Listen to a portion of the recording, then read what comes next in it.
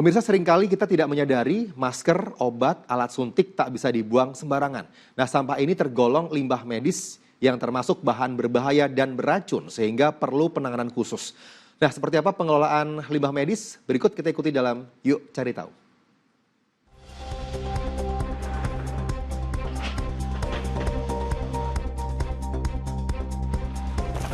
Gundukan sisa pembakaran sampah di sebuah lahan di Desa Mambak, Jepara, Jawa Tengah ini menguak fakta yang sungguh memprihatinkan. Betapa tidak, ternyata gundukan itu berisi ratusan ribu butir obat keras. Selain itu, ditemukan pula puluhan kantong plastik berisi sampah medis, mulai dari pil, kapsul, masker, hingga botol obat. Padahal semua temuan itu tergolong limbah bahan berbahaya dan beracun atau B3. Pembuangan dan pengolahan limbah medis B3 yang dihasilkan oleh fasilitas kesehatan seperti klinik, puskesmas, dan rumah sakit tentu tidak dapat dibuang secara sembarangan layaknya limbah rumah tangga biasa. Perlu ada penanganan khusus. Seperti apa prosesnya? Yuk kita cari tahu. Berdasarkan Kementerian Kesehatan, setiap harinya Indonesia menghasilkan 290 ton medis. Dari jumlah itu, hanya sekitar 50 hingga 60% yang ditangani sesuai standar. Mengolah limbah medis memang tak sederhana, mengingat syarat mikroorganisme yang berpotensi infeksius dan mencemarkan lingkungan. Di Puskesmas Kecamatan Setiabudi misalnya, berbagai limbah medis, misalnya alat suntik, perban maupun masker, dibuang di wadah khusus sesuai kategorinya. Limbah yang kami hasilkan setiap hari itu cukup banyak, terutama dari laboratorium dan pelayanan 24 jam. Setelah dikumpulkan, lalu kemudian ditimbang, kami juga sudah menggunakan aplikasi MiSmile yang sangat bagus dan baru diluncurkan juga oleh Kementerian Kesehatan dalam hal penimbangan dan juga pelaporannya secara real time. Untuk Jakarta, pengelolaan limbah ini ditangani Perusahaan Umum Daerah Pengelolaan Air Limbah Jaya atau Perumda Paljaya, sebuah BUMD yang dimiliki Pemprov DKI Jakarta. Proses pengangkutan limbah B3 juga tidak bisa sembarangan. Petugasnya wajib punya lisensi loh.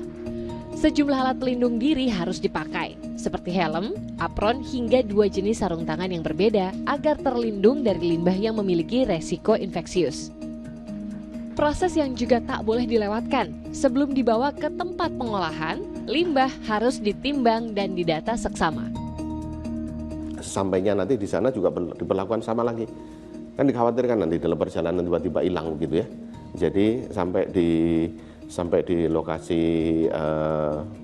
pengolahan akan disaksikan dari Perumda Paljaya juga, kemudian akan ditimbang kembali di lokasi pengolahan, kemudian baru masuk ke pengolahan insinerator. Nah, ini dia salah satu tempat pengolahan limbah medis yang berada di kawasan Cikampek, Jawa Barat. Masuk ke area ini wajib ikuti protokol ya. Wah, ternyata banyak ya antrean limbah medis yang siap diolah. Tempat ini menampung limbah B3 dari kawasan Jabodetabek dengan kapasitas pengolahan 24 ton per hari. Tahu nggak pemirsa, dari Jakarta saja tidak kurang dari 15 ton limbah B3 dihasilkan setiap harinya. Jika pada hari itu sudah oke, maka dia akan langsung diproses di mesin insinerator yang ada di kami. Kalau memang belum, maka akan ditunda dulu dan disimpan di cold storage yang ada di area TPS PT Jasa Medifest. Mesin insinerator atau pembakaran memproses limbah dengan suhu berkisar 900 hingga 1200 derajat Celcius. Proses pembakaran limbah ini memakan waktu hingga 8 jam.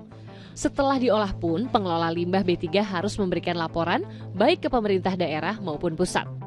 Limbah medis B3 yang telah dimusnahkan melalui proses insinerasi atau proses pembakaran, ini hasilnya seperti ini pemirsa, yang disebut bottom ash. Kalau kita lihat memang seperti abu gitu ya bentuknya. Nah ini nantinya dilanjutkan dengan dikirim ke sanitary land untuk ditimbun. Dari Cikampek, Jawa Barat, Sheila Purnama, Oki Ardan, Jadi Suhardiman melaporkan.